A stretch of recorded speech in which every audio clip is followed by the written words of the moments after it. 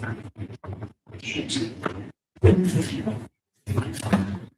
I'd like to welcome everybody to the Williamson County Board of Commissioners meeting. It's December 22nd, 2025, and it's 1:37 p.m. Roll call, please. Jim Marlowe. Present. Jim Razor. Present. First thing under old business is the dissolution of the Public Building Commission. Resolution, Brett, would you like to explain this? So I prepared a resolution which effectively dissolves the Public Building Commission as of December 31st, 2025 at 11:59 p.m. There's a couple of property transactions that need to be signed off on. I did get confirmation that the debts and obligations were paid off by the PBC.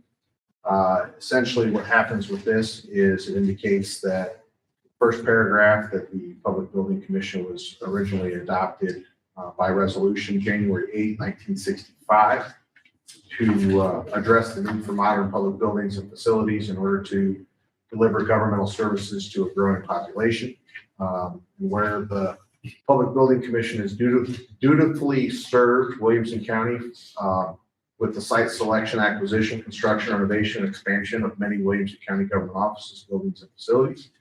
And whereas changes in property tax cap legislation and debt reform act have since diminished the role as an essential vehicle to finance property acquisitions and building projects. And whereas the Public Building Commission has fulfilled the purpose for which it was created, all of its bonds and contractual obligations have been paid, and all properties have been reconveyed to the Williamson County. That's the reason for the delay until December 31st. That pursuant to 50 ILCS 20/22.1, a public building commission may be dissolved by Williamson County, and all remaining funds would be transferred to the county treasurer. So essentially, after all of that, it goes back through and it indicates that the funds will be transferred, that all records of the PBC should be turned over to the county clerk.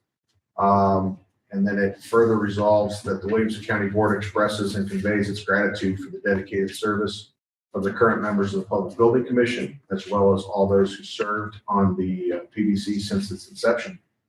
And then it authorizes the clerk to distribute this to the treasurer, the auditor, and the state's attorney's office. It does possess just two signatures, knowing that Commissioner Atkinson was not going to be here today. I did not include his signature line on this. And I know that we've got a couple of PBC board members in the audience, so if the commissioners would like to address them, you're more than welcome to. That is what's presented for adoption. We're just listening. Just here to listen. Just get it first now.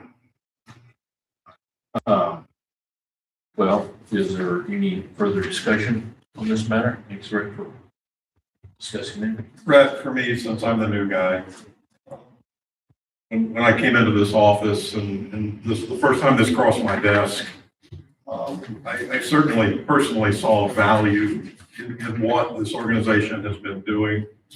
And since then, in multiple conversations with no less than 3 attorneys, I've been told whether we like this or not, this is the legal action to take. Is that correct? Is that where we're at with this? That It is. So public building commissions are created by referendum going to the voters for a specific purpose and project. This one obviously was created back in 1965 with the main building being the purpose.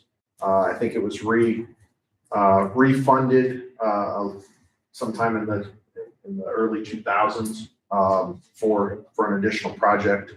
The statute is designed that once the bond issue is paid off, that the Public Building Commission is supposed to be dissolved. Franklin County recently had a similar situation in which they dissolved their Public Building Commission. If the county in the future desires to have another building project, then you go back to the voters, and ultimately it's taxpayer money that is funding this. With the fact that the bonds, there was enough in reserves to pay off everything, this is the proper legal method.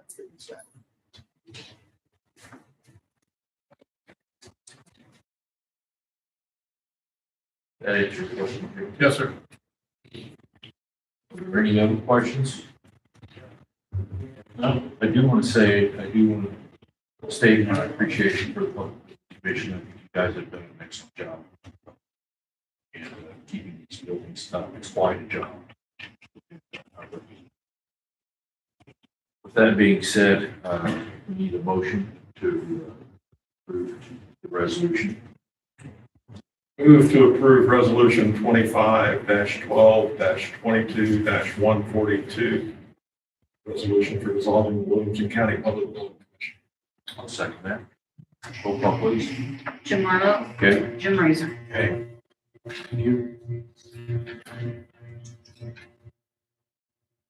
Next, under old business is the maintenance grounds union contract. This is a collective bargaining agreement between Williamson County and the Laborers International Union of North America, Downstate Illinois Laborers District Council, and Laborers Local 773. Brett, I know we discussed this a little bit in my office prior to this. We discussed this closed session as well. Is there anything that you would like to say, or Jim, should I leave it up to you first to make any comment? No, thanks to everybody that's worked on this on both sides.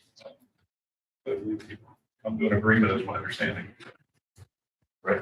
Yeah, that is my understanding as well.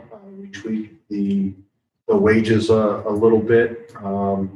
That will actually result in a slight increase to the employees from their existing contract. So it's a little better in that sense.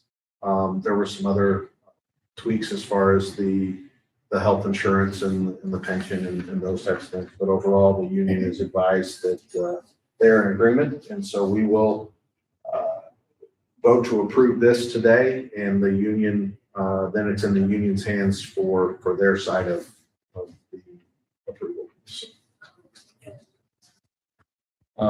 Do I have a motion then to accept the collective bargaining agreement? So moved. Second, I'll second that. Roll call, please. Jim Marlowe, Yes. Jim Razor. Okay.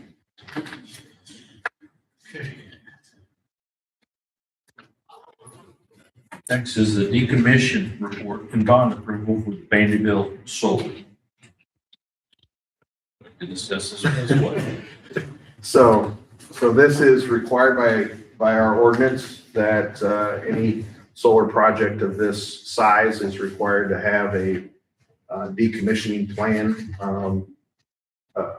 presented to the board and approved by the board prior to construction. This is designed to prevent the situation that has happened in the past with regards to coal mining specifically, in which these coal companies came in and made big holes and left the land invaluable, and ended up having to have reclamation projects that were funded by the state in order to make the land back to good, which was specifically a problem in Southern Illinois. So this is designed to put into play requirements of the solar project companies that if they no longer use the land for the solar field for a period of 12 months or more, that the decommissioning of the ground has to occur, in which all steel is removed from the ground, driveways, et cetera, are all returned back to where the land was prior to the project. So this decommissioning plan puts in specifics as well as a current present day cost, and is required to be reevaluated every 5 years, at which point then we would address further bonding issues if costs escalated, et cetera. So, Some of the questions that I asked Brett prior to this meeting, I have a few concerns. And it's important to note too that this is a solar project, not a battery storage. Anything you'd like to say? No, my concern with this as well, and I did talk to council before, but wanted to share that because this plan is using modern day costs, and most of these are built with a 25-year life expectancy, that even if we take this $500,000, and I'm working in round numbers here, and just use 3% inflation out to the 20 to 25 years, this may be $1 million decommissioning. So boards going forward, I think, are going to have to stay diligent on this reevaluation every 5 years and make sure we have that covered, the bonding protection in place, because we could find the county in a big bind if we did. I agree, and that was one of the questions I asked. That was one of my concerns.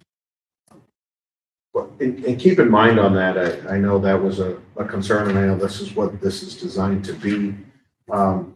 So far on these projects, it is not county-owned property. It is property that is located within the county, but most of them have another landowner that is partnered in with this. And so some of that onerous goes on to that landowner as well, that they have a decent parcel to. Correct me if I'm wrong. My understanding, the state made the obligation, the final obligation goes to a county. They do. So, and we can't take into account everything that may happen. I know Commissioner Marlowe asked, well, what happens if the bonding company goes out of business, et cetera? And I said, well, we'll just have to address it as it goes. I can't put in preventatives. I can't do a bond of a bond, and, you know, and then what if both of them go out? Like, you can only protect it as much as you can. And so I think this does that. Even the requirement of an independent decommissioning report helps, because then you don't have a company that says, well, I can do this for pennies on the dollar. In reality, it's going to cost a different amount because they don't want to pay a higher bond. So I think all of that comes into play, and you're seeing this. Williamson County is not the only county that's going through this. So time will tell what legislature does with it. I think the key component here is that this plan is reviewed every 3 to 5 years, 3 or 5. 5 years. 5 years. Right. And at that time, then take a look at the economic factors and environmental factors that might be factoring into Williamson County. Just that. If there's nothing else, no other comment on this, then need a motion to approve the decommissioning plan. Move to approve the Summit Ridge Energy decommissioning plan for a Vandyville solar project. I'll second that. Jim Marlowe, Okay. Jim Racer, Okay. We have no further resolutions or ordinances, committee and board appointments, public comment. Do we have any public comment? Hearing none, then we move on to miscellaneous, and I do not believe we have anything under animal control. You know, we have no travel reimbursements, ARPA reporting. I assume we have no ARPA reporting. Okay. All I need is a motion to adjourn. To adjourn. Second. Jim Marlowe, Yeah. Jim Racer.